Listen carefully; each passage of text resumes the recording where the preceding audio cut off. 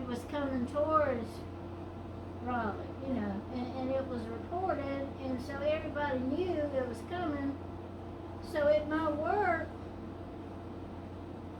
I went in, I mean, I wasn't supposed to be there till 11, but I went in early, you know, I didn't know that I wasn't going to be able to leave for 24 hours. I go in early, I'll say, and start to prepare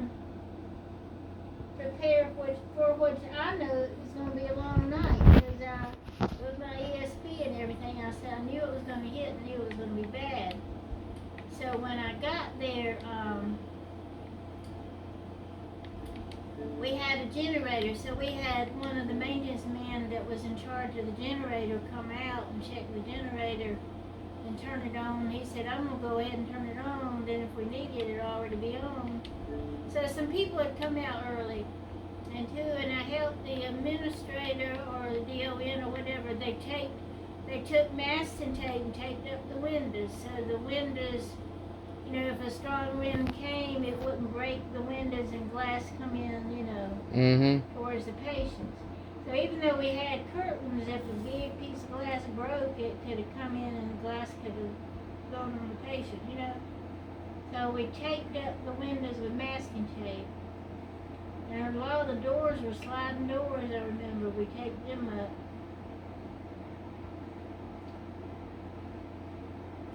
And at the time, we had chickens and ducks and stuff in the, it was some kind of, I don't know, thing that said it was a good therapy for we had a little bunny rabbit, and we had... You had animal therapy? Had animal therapy and PT, so I think they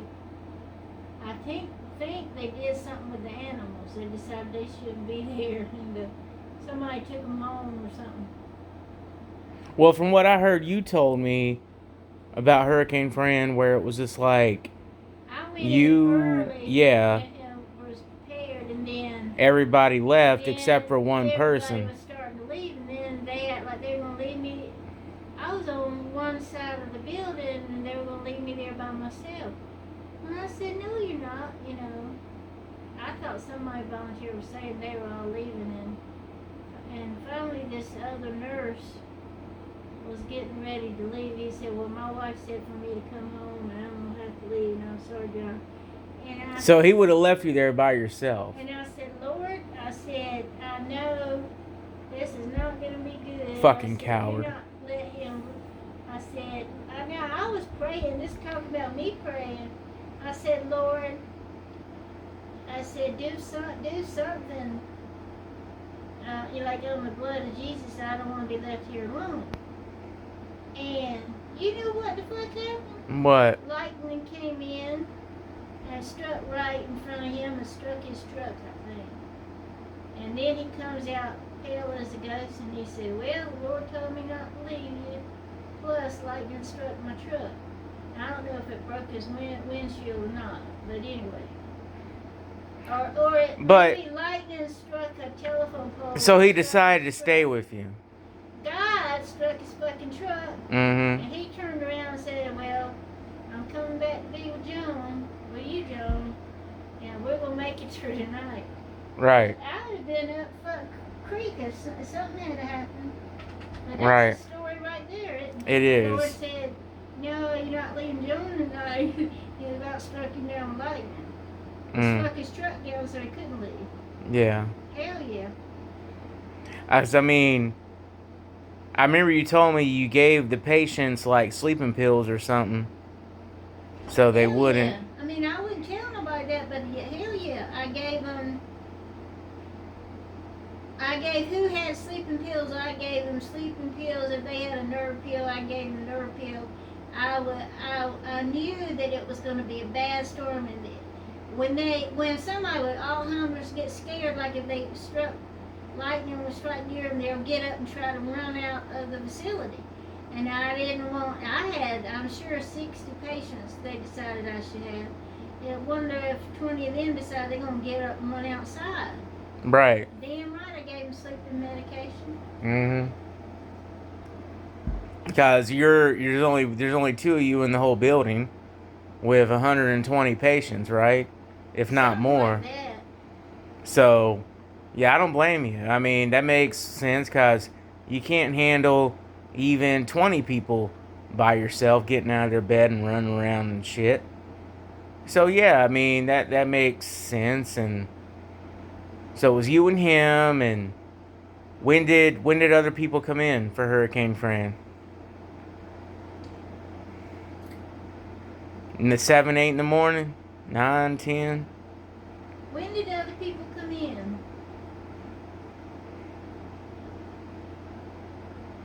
I'd say 80% of people called out. Right. And Well, it was only 2 of you.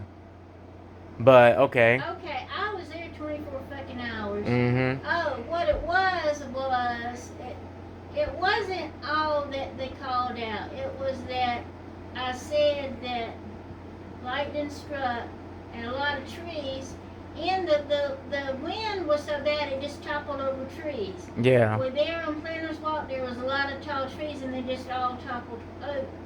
And so unless somebody comes with a tow truck and moves the trees, you couldn't ride back and forth there. And I'm sure it was 12 o'clock, it was 12 and 1 o'clock the next day before the administrator got in. Gotcha. So we were there, and nobody came in the kitchen. So I think we had to go in the kitchen and if somebody got something to eat, we had to fix it.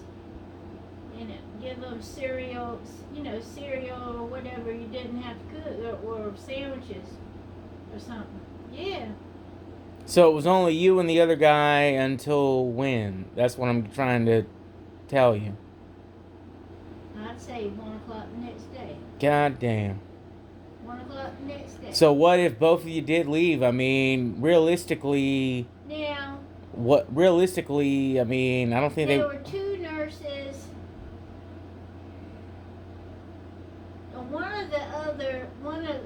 It was one nurse, another nurse that came in, one of the administrative nurse.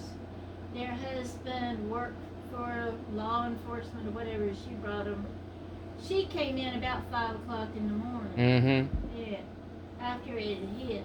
I mean, it was another nurse that came in. But still, 3 people versus 120. Something like that, yeah. So, anyway. It was hell to pay. Yeah. And the administrators got all the credit for it, and they just threw you a pizza party or some shit. Right? It's fucking bullshit. But anyway. I didn't get no recommendation for it, no big raise, or really not that much appreciation for it.